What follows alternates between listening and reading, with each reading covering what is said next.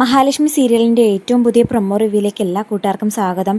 അങ്ങനെ മഹാലക്ഷ്മിയും അനന്തും ലേഖയൊക്കെ ഭയന്നത് പോലെ തന്നെ സംഭവിച്ചിരിക്കുന്നു. കണ്ണന് അവരെയൊക്കെ സംശയം തോന്നുന്നുണ്ട്. വളകാപ്പ് ചടങ്ങിനിടയ്ക്ക് അവരുടെ പെരുമാറ്റത്തിൽ നല്ല പന്തികേട് കണ്ണന് ഫീൽ ചെയ്തിരുന്നു. പ്രതാപൻ തന്നോട് സത്യം പറയാൻ വരുന്നത് അയാളെ മനഃപൂർവ്വം തൻ്റെ കൂട്ടുകാർ, തൻ്റെ സുഹൃത്തുക്കൾ, ഭാര്യയും എല്ലാവരും കൂടി ചേർന്ന് തടയുന്നത് പോലെയാണ് കണ്ണന് ഫീൽ ചെയ്തത്. അതിൻ്റെ പിന്നിലെ വാസ്തവം എന്താണെന്ന് കണ്ടുപിടിക്കണം എന്ന ഉദ്ദേശത്തോടെ നടന്ന കണ്ണൻ എന്തായാലും എല്ലാ കാര്യവും അവരുടെ വായാൽ തന്നെ, അതായത് അനന്തു, ലേഖ, മഹാലക്ഷ്മി എന്നിവരുടെ വായാൽ തന്നെ കേൾക്കുന്നുണ്ട്. അനന്തുവിൻ്റെ വീട്ടിലേക്ക് വന്ന കണ്ണനാണെങ്കിൽ ഫോൺ റെക്കോർഡ് ഓണാക്കി വെച്ചിട്ട് വീട്ടിൽ വന്ന് ഹെഡ്സെറ്റ് വെച്ച് അവർ സംസാരിച്ച എല്ലാ കാര്യങ്ങളും ഒന്ന് വിടാതെ കേൾക്കുന്നു. കേൾക്കുമ്പോഴത്തേക്കും കണ്ണനെ ഞെട്ടിപ്പിച്ചുകൊണ്ടാണ് മഹാലക്ഷ്മി അതുപോലെ അനന്തും ഒക്കെ പറയുന്നത്, അന്നത്തെ രാത്രിത്തെ ആ അപകടം എന്നും എൻ്റെ മനസ്സിൽ തെളിയുമെന്നും, ആക്സിഡൻറ്റ് പറ്റി നിലവിളിക്കുന്ന കണ്ണേട്ടനെ, അച്ഛൻ്റെ അടുത്ത് കിടന്ന് കരയുന്ന കണ്ണേട്ടനെ ഞാൻ ഇന്നും മറന്നിട്ടില്ല എന്നൊക്കെ മഹി പറയുന്നത് കേട്ടിട്ട് കണ്ണൻ ആകെ അങ്ങ് ഞെട്ടുന്നുണ്ട്. അപ്പോൾ അനന്തു പറഞ്ഞു കൊടുക്കുന്നുണ്ട്, എന്തായാലും അന്ന് ആ ആക്സിഡൻറ്റ് പറ്റിയത് കണ്ണൻ അറിയാനുള്ള സമയമായിട്ടുണ്ടെന്ന് തോന്നുന്നു. പ്രതാപൻ തന്നെയാണ് കണ്ണൻ്റെ അച്ഛനെ കൊന്നെന്നുള്ള സത്യം തുറന്നു പറയാൻ, അല്ലെങ്കിൽ കണ്ണൻ അറിയാനുള്ള സമയമായിരിക്കും. അതായിരിക്കും ഇങ്ങനെ ഓരോ സാഹചര്യങ്ങൾ ഉണ്ടായി വരുന്നത് എന്നൊക്കെ കേട്ടിട്ട് കണ്ണന് ദേഷ്യവും കലിയും എല്ലാം സഹിക്കാൻ പറ്റുന്നില്ല. അവരെ ആരെയും കണ്ണൻ ഇങ്ങനെയൊന്നും അല്ല പ്രതീക്ഷിച്ചിരുന്നത്. തൻ്റെ ഏറ്റവും വലിയ മനസാക്ഷി സൂക്ഷിപ്പുകാരായിരുന്നു അനന്തവും ലേഖയും.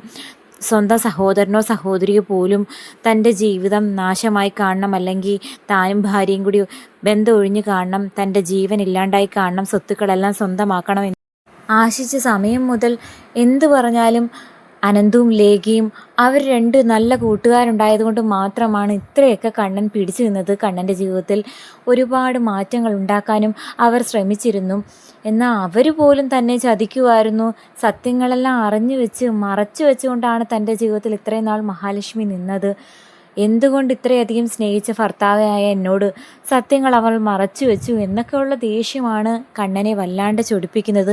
ഒറ്റ ഒരെണ്ണത്തിനെ വിശ്വസിക്കാൻ പറ്റില്ല, എല്ലാവരും ചതിയരാ.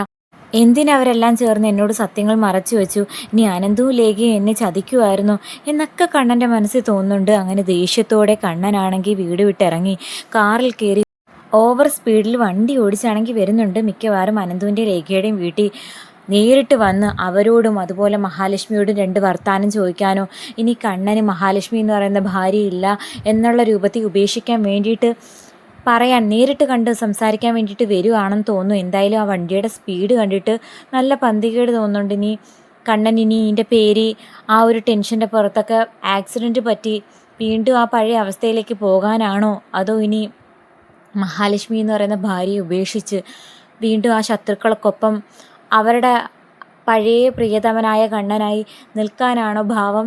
എന്തായാലും കണ്ണൻ ഈ സത്യങ്ങൾ അറിഞ്ഞത് ഒട്ടും പന്തിയല്ല. കാരണം അനന്തോ ലേഖയോ മഹാലക്ഷ്മിയോ സത്യങ്ങൾ തുറന്നു പറഞ്ഞറിയുന്നത് പോലെയല്ല. അവർ തങ്ങളിൽ നിന്ന് മറച്ചു വെക്കുന്ന കാര്യം എന്താണെന്ന് കണ്ടുപിടിക്കാൻ കണ്ണൻ തന്നെ തുനിഞ്ഞിറങ്ങുകയും അങ്ങനെ സത്യം കണ്ടുപിടിക്കുകയും ചെയ്യുന്നത് അവർക്ക് ഒട്ടും നല്ലതല്ല.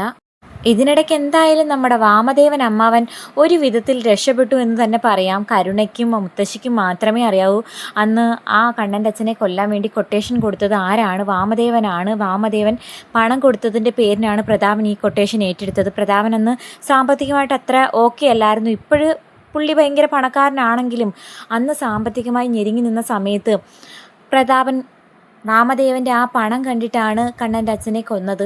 പക്ഷേ ആ സത്യങ്ങളൊന്നും നമ്മുടെ മഹാലക്ഷ്മിക്കോ കണ്ണനോ അനന്തുവിനോ ലേഖയ്ക്കോ അറിയില്ല. മഹാലക്ഷ്മിക്ക് അറിയുന്ന കാര്യങ്ങൾ മാത്രമേ അനന്തുവിനും ലേഖയ്ക്കും അതുപോലെ മാർക്കോയ്ക്കും അറിയുള്ളൂ.